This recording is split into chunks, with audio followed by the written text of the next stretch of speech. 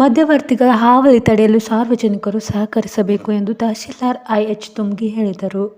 ವಿಜಯಪುರ ನಗರದಲ್ಲಿ ನಡೆದ ಕಾರ್ಯಕ್ರಮದಲ್ಲಿ ಮಾತನಾಡಿದ ಅವರು, ತಹಶೀಲ್ದಾರರ ಕಚೇರಿಯಲ್ಲಿ ಮಧ್ಯವರ್ತಿಗಳ ಹಾವಳಿ ಹೆಚ್ಚಾಗಿದೆ ಎಂದು ಸ್ಥಳೀಯರು ಸಾರ್ವಜನಿಕರು ಮಾಹಿತಿ ನೀಡಿದ್ದಾರೆ. ಅದಕ್ಕಾಗಿ ಮಧ್ಯವರ್ತಿಗಳೊಂದಿಗೆ ಸಾರ್ವಜನಿಕರು ಯಾವುದೇ ವ್ಯವಹಾರ ಮಾಡಬಾರದು. ಇನ್ನು ಪಿಂಚಣಿ ಸೇರಿದಂತೆ ಸರ್ಕಾರದ ವಿವಿಧ ಯೋಜನೆಗಳನ್ನು ಪಡೆಯಲು ಮಧ್ಯವರ್ತಿಗಳ ಮೊರೆ ಹೋಗಬಾರದು ಎಂದು ತಹಶೀಲ್ದಾರ್ ತುಮ್ಗಿ ಮನವಿ ಮಾಡಿದರು. ಅಲ್ಲದೆ ವಿಧವಾ ವೇತನ, ಮನಸ್ಸಿನಿ, ಅಂಗವಿಕಲರ ಪಿಂಚಣಿ ಸೇರಿದಂತೆ ಯೋಜನೆಯನ್ನು ಸ್ವತಃ ಸಾರ್ವಜನಿಕರು ಕಚೇರಿಗೆ ಆಗಮಿಸಿ ಸೂಕ್ತ ದಾಖಲೆ ನೀಡಿ ಯೋಜನೆಯನ್ನು ಪಡೆದುಕೊಳ್ಳಬೇಕು ಎಂದರು.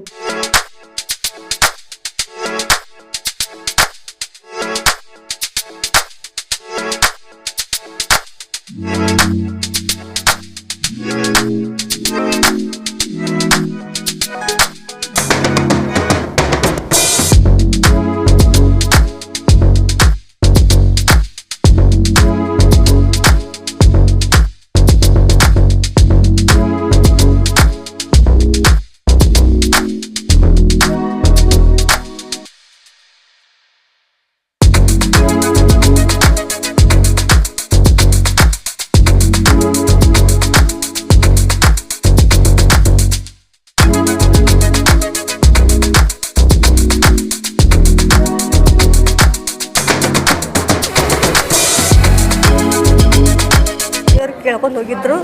ಆದ್ರೂ ಅಲ್ಲಿ ರೊಕ್ಕ ಇಲ್ಲಿ ರೊಕ್ಕ ಅಂದರು. ನಾವು ಎಲ್ಲಿ ರೊಕ್ಕ ಬೇಡ ಅಂತ ಹೇಕಿಸಿಂದ ಇಲ್ಲಿ ಬಂದು ಕೇಳಿದೆವು. ಇಲ್ಲಿ ನಾಳೆ ಶುಕ್ರವಾರ ಫ್ರೀ ಮಾಡ್ತಾರೆ, ಮಾಡಿಸ್ಕೊಂಡು ಹೋಗ್ರಿ ಅಂದರು. ಆ ಪ್ರಕಾರ ಬಂದು ನಾವು ಇವತ್ತು ಸರಿ ಭೇಟಿಯಾಗಿ ಪಿಂಚಣಿ ಮಾಡ್ಕೊಂಡೇವಿ. ಎಲ್ಲ ಚಲೋತ್ತಾಗಿ ಆಗೈತಿ. ನಾವು ಮಾಡಿಕೂ ಕೊಟ್ಟಾರ, ಆರ್ಡರ್ ಕಾಪಿನೂ ಕೊಟ್ಟಾರ, ಎಲ್ಲ ಕರೆಕ್ಟ್ ಆಗೈತೆ ರೀ. ಆಯ್ತು, ನಮಸ್ಕಾರ. ಯಾವ ವಾರ್ಡ್ ರೀ? 5ನೇ ವಾರ್ಡ್ ರೀ, ಆದರ್ಶ ನಗರ. ಸುಶೀಲಾ ಸಿದ್ದಪ್ಪ ನಗನೂರು. ಸರ್, ಎಲ್ಲರಿಗೂ ನಮಸ್ಕಾರ ರೀ. ನನ್ನ ಹೆಸರು ಮೀನಾಕ್ಷಿ ಶಿಂಗೆ ಅಂತ. ನಾನು ಒಬ್ಬ ಸಾಮಾಜಿಕ ಕಾರ್ಯಕರ್ತೆಯಾಗಿ ಕೆಲಸ ಮಾಡ್ತಾಯಿದ್ದೀನಿ. ಕಳೆದ 2 ವರ್ಷದಿಂದ ನಾವು ಈ ಒಂದು ಪಿಂಚಣಿ ಅದಾಲತಲ್ಲಿ ಭಾಗವಹಿಸ್ತಾ ಇದ್ದೀವಿ. ಈಗಾಗಲೇ ನಾವು ನಮ್ಮ ಕೆಲವೊಂದು ಏರಿಯಾಗಳಲ್ಲಿ ರಾಣಿ ಬಗೀಚ ಆಗಿರ್ಬೋದು ಅಥವಾ ನಮ್ಮ CNFL ಆಗಿರ್ಬೋದು, ಈ ಒಂದು ಪಿಂಚಣಿ ಅದಾಲತ್ಗಳನ್ನು ಮಾಡ್ತಾ ಇರ್ತೀವಿ. ಜೊತೆಗೆ ನಡು ಕೂಡ ನಾವು ತಹಸೀಲ್ದಾರ್ ಆಫೀಸಿಗೆ ಬರ್ತಾ ಇರ್ತೀವಿ. ಯಾಕಂತಂದ್ರೆ ನಾವು ಸ್ಲಮ್ಗಳಲ್ಲಿ ಕೆಲಸ ಮಾಡೋದ್ರಿಂದ ತುಂಬ ಜನ ವಿಧವೆಯರಾಗಿರ್ಬೋದು ಅಥವಾ ಮನಸ್ಸಿನ ಪೆನ್ಷನ್ ಆಗಿರ್ಬೋದು ಅಥವಾ ಸಂಧ್ಯಾ ಸುರಕ್ಷೆ ಆಗಿರ್ಬೋದು, ಈ ಪೆನ್ಷನ್ಗಳಿಗೋಸ್ಕರ ನಾವು ಆಗಾಗ ಬರ್ತಾ ಇರ್ತೀವಿ. ನಮ್ಮ ಕೆಲವರು ಎಲ್ಲ ವಯಸ್ಕರಾದವ್ರಿಗೆ ಅವ್ರಿಗೆ ನಡೀಲಿಕ್ಕೆ ಬರಲಿಕ್ಕೆ ಆಗಂಗಿಲ್ಲ ಅನ್ನುವಂಥ ಒಂದು ಉದ್ದೇಶಕ್ಕೋಸ್ಕರ ಕೆಲವರು ಎಲ್ಲ ದಾಖಲಾತಿಗಳನ್ನು ತಂದು ನಾವು ಫಾರ್ಮ್ ಎಲ್ಲ ಫಿಲಪ್ ಮಾಡಿ ಇಲ್ಲಿ ತಲಾಟಿ ನಮ್ಮ ರತನ್ ಗೋಸಾವಿ ಸರ್ ಆಗಿರ್ಬೋದು ಅಥವಾ ತುಂಬಿಗಿ ಸರ್ ಆಗಿರ್ಬೋದು, ಶೇಖ್ ಸರ್ ಆಗಿರ್ಬೋದು, ಅದು ಈಗ ಆದರಿ ಅವರು. ಆದರೂ ಕೂಡ ಅವರ ಒಂದು ಫೀಲ್ಡ್ದೊಳಗೂ ನಾವು ತುಂಬ ಮಾಜಿ ಸರ್ ಆಗಿರ್ಬೋದು, ಅದೇ ರೀ, ಇದು ಮಾಡಿದ್ದು ನಮ್ಗೆ ತುಂಬ ಉಪಯೋಗ ಆಗ್ಯದ ರೀ.